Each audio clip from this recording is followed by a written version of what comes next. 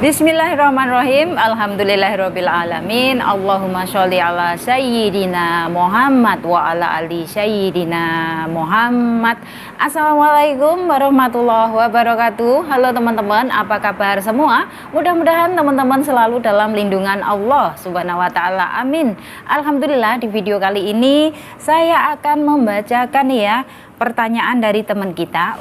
Dan buat teman-teman yang ingin bertanya, silahkan tinggalkan komen kalian ya. Insya Allah nanti akan saya jelaskan lewat video. Oke, so di sini ada mbaknya yang sudah berada di Singapura ya. Dan di sini mbaknya itu mengeluh. Oke, so pertanyaan dari mbaknya seperti ini. Mbak, kasih solusi dong, kerjaanku kan job jaga anak. Tapi anaknya sekolah, pulang sampai rumah jam 6 sore. Kerjaanku sedikit.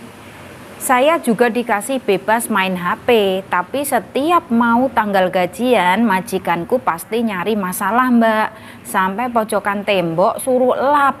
Ada aja komplainnya. Setiap mau gajian, Mbak, hal sepele dibesar-besarkan. Nah, nih buat kalian nih ya, yang pemula, yang baru datang pertama kali ke Singapura ya. Di sini mbaknya itu benar-benar kalau menurut saya sudah lumayan banget ya. Karena apa? Jobnya kan menjaga anak. Ini sama persis dengan job saya, teman-teman. Job menjaga anak. Oke, tapi di sini tetap aja cleaning ya, tetap aja bersih-bersih. Oke. So anaknya ini sekolah ya, dari pagi sampai sore jam 6. Dan di sini mbaknya pekerjaannya sedikit ya, karena mbaknya ngomong sendiri, pekerjaan sedikit. Oke. So setiap tanggal gajian ya, itu majikannya selalu komplain, selalu ngomel ya, selalu cari masalah sepele dibesar-besarkan. Sampai yang namanya pojokan itu disuruh untuk lap, pojokan tembok ya maksudnya ya teman-teman, disuruh untuk lap. Nah di sini buat mbaknya ini, kalau misalkan majikan sampai menegur hal seperti ini, jadikan semangat mbak ya, harus kerjanya harus rajin. Karena apa? Di sini yang pertama, kerjaan mbak itu sedikit ya. Yang kedua, mbak dibebaskan untuk pegang HP ya. Oke, yang ketiga, job menjaga anak-anak yang mbak jaga ini sekolah loh mbak, sama halnya seperti saya. Tapi saya di sini anak saya ya, itu sekolahnya dari jam 8 pagi sampai jam 1.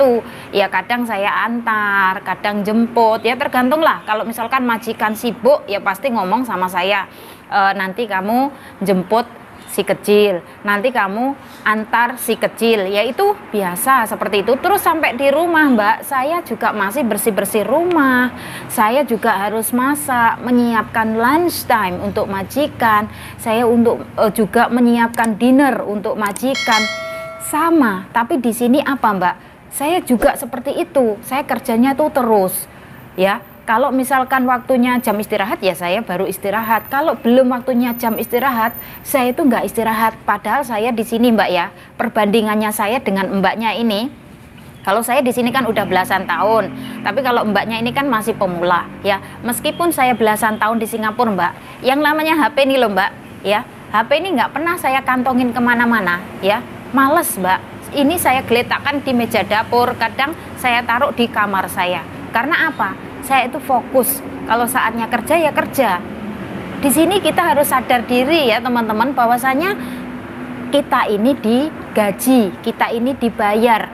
Ya kita waktunya kerja ya kerja, harus yang rajin, mana-mana tempat yang sekiranya terlihat kotor harus dibersihkan ya, kayak gitu. Jangan kita membersihkan yang luarnya saja, misalnya yang dalam-dalam itu nggak usah dibersihkan. Kalau bisa kita harus bersihkan tuh sampai yang dalam-dalamnya.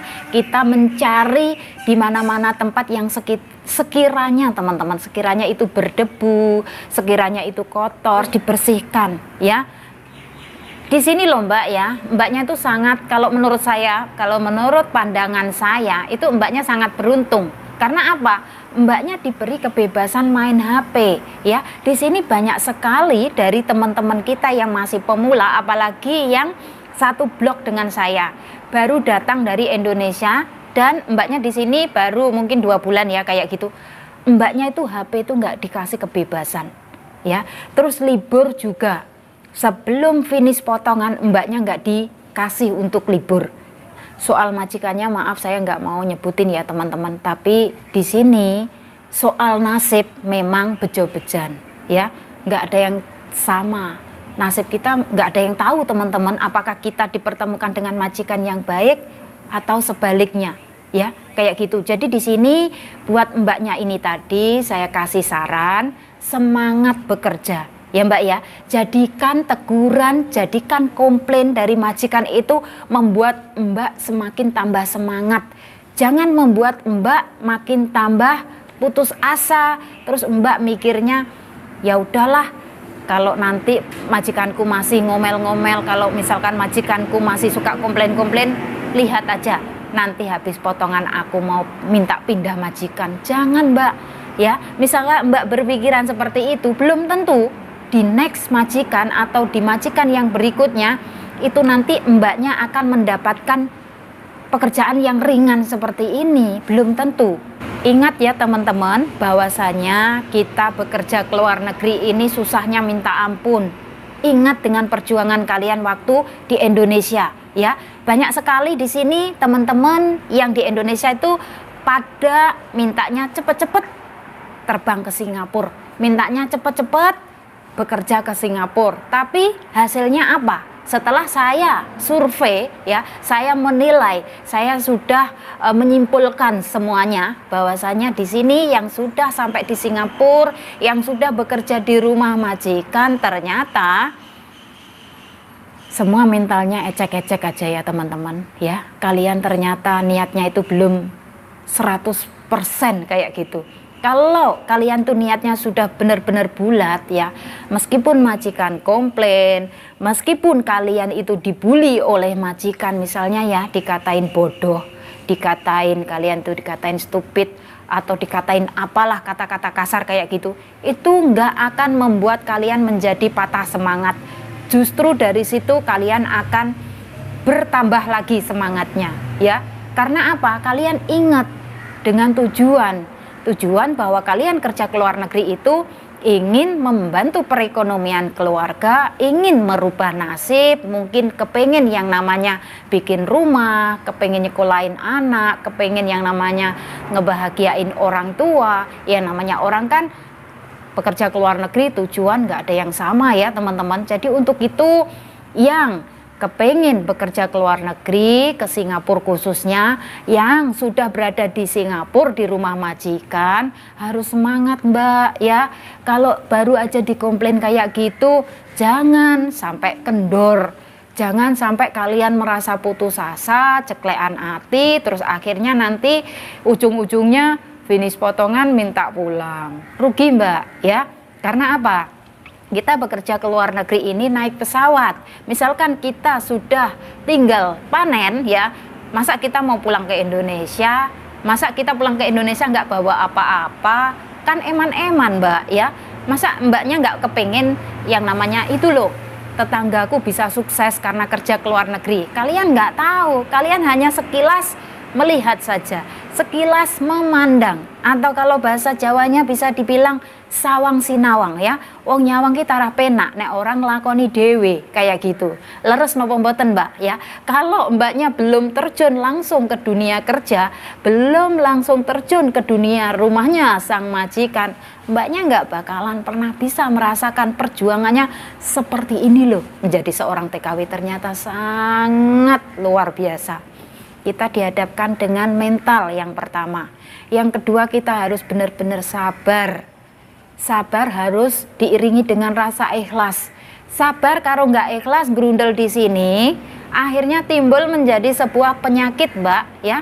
Kalau sudah sakit, nanti kita ujung-ujungnya pulang ke Indonesia, siapa yang rugi? Mbak dan juga keluarga mbak. Benar apa enggak? Jadi di sini buat teman-teman semuanya, kalau kalian benar-benar niat kerja ke luar negeri, harus niatnya yang 100% dari hati ya. Harus benar-benar niat yang bulat. Kalian harus benar-benar memantapkan diri. Sekiranya aku ini nanti bisa enggak ya? Ya harus dimantapkan, harus dimatengno pikirannya mbak ya. Misalkan kalian ini di Indonesia, ya Allah, kehidupanku di Indonesia seperti ini, nggak ada perubahan sama sekali, nggak ada, kok setiap hari cuman seperti ini aja. kepengen lah yang namanya kerja ke luar negeri, merubah nasib. Siapa tahu nanti aku bisa sukses.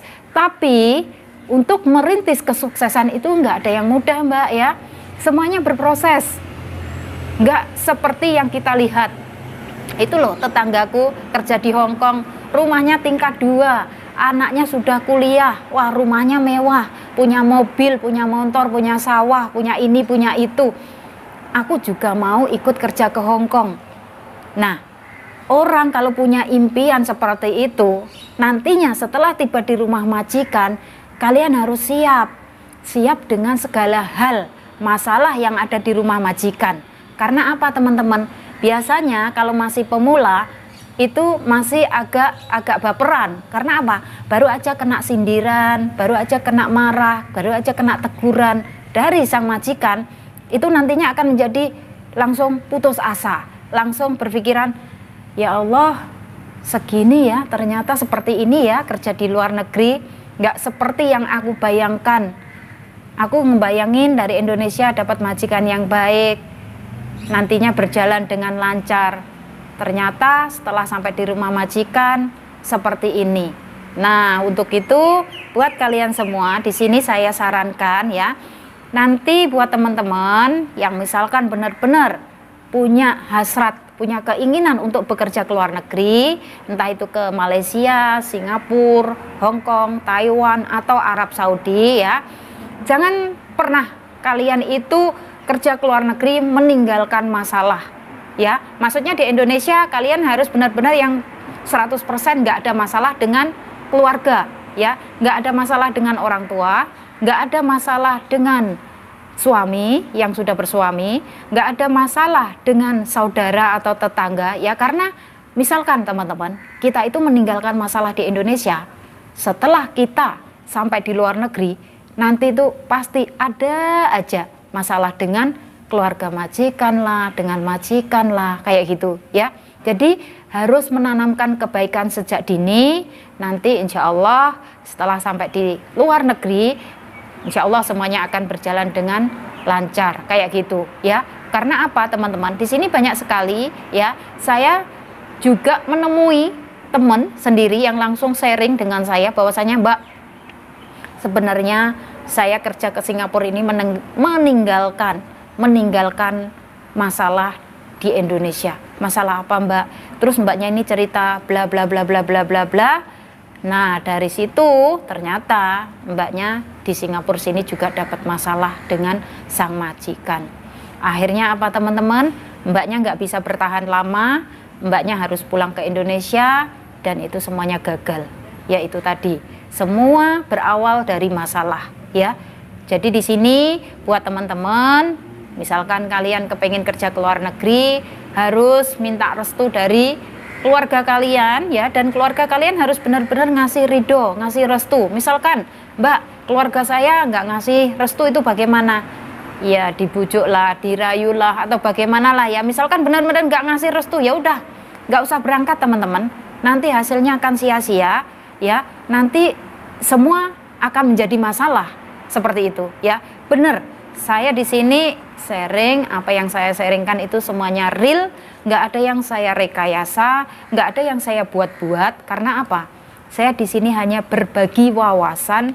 Semoga saja apa yang saya sharingkan di sini itu bermanfaat, dan apa yang saya sharingkan ini bisa memotivasi kalian semua ya. Karena di sini saya sudah belasan tahun, saya setiap hari Minggu libur, setiap tanggal merah libur ya. Sampai ngomongnya belepotan. Setiap tanggal merah juga libur, saya itu berusaha ya mencari teman yang sekiranya bagaimana, itu saya itu selalu sharing ya, dan teman itu juga sharing balik ke saya, dan dari situ saya bisa menyimpulkan. Nah, setelah saya dapat kesimpulan, itu kan akhirnya saya berbagi ilmu saya pada teman-teman semuanya, biar nanti kalian semua yang mau bekerja ke Singapura itu nggak kaget. Oh iya, ternyata benar yang diomongkan Mbak Asih, Singapura ini seperti ini. Nggak ada yang mudah, teman-teman ya. Majikan itu sifatnya beraneka macam ya. Ada yang sabaran, ada yang nggak sabaran, ada yang pelit, ada yang loman, ada juga yang perhitungan, ada juga nanti yang suka ngomel-ngomel, ada juga yang baik sekali, pokoknya cincai. Masalah pekerjaan nggak apa-apa, yang penting kamu urus anak saya. Ada majikan yang seperti itu, ada yang percaya sama kita ya, tapi semuanya itu masih dicek lagi, dicek ulang ya. Sebenarnya ini majikan percaya, tapi masih suka ngecek-ngecek teman-teman, kayak gitu. Ada majikan yang mungkin mau pergi meninggalkan rumah ya, sebelum meninggalkan rumah ini barang-barang semuanya dicek, itu ada. Hal seperti itu biasa, wajar Mbak ya, karena kita di sini kan sebatas bekerja dan kita bekerja di Singapura ini sebatas kontrak ya. Wajar lah kalau majikan masih punya rasa curiga sama kita. Oke, so di sini buat teman-teman semuanya, pokoknya tetap semangat, positive thinking. Ya, kalau misalkan kalian benar-benar punya impian yang begitu besar, ya harus semangat, harus rajin lah ibaratnya ya Mbak ya. Misalkan nih Mbak sendiri ya, Mbak harus benar-benar bisa membalikkan fakta. Misalkan Mbak jadi majikan, Mbak punya pembantu. Misalkan pembantu Mbak yang ada di rumah itu malas-malesan, gimana perasaan Mbak? Sama kan seperti sang majikan. Oke teman-teman, di sini nggak lupa juga saya selalu memberikan support ya, serta dukungan buat kalian semuanya, memberikan doa yang terbaik buat teman-teman ya. Semoga yang mau bekerja ke Singapura diberikan kemudahan, kelancaran. Yang sudah berada di Singapura semoga bisa lancar sampai finish kontrak ya. Semoga saja teman-teman semuanya pokoknya diberikan tempat yang nyaman, diberikan pekerjaan yang ringan ya. Semoga apa yang menjadi impian kalian bisa tercapai. Pokoknya tetap semangat ya Mbak ya, cayo ya. Yang namanya kesuksesan tuh ada di tangan kita masing-masing, bukan di tangannya orang lain. Oke, so saya akhiri sampai di sini. Akhir kata, wassalamualaikum warahmatullahi wabarakatuh. See you on my next video. Bye bye.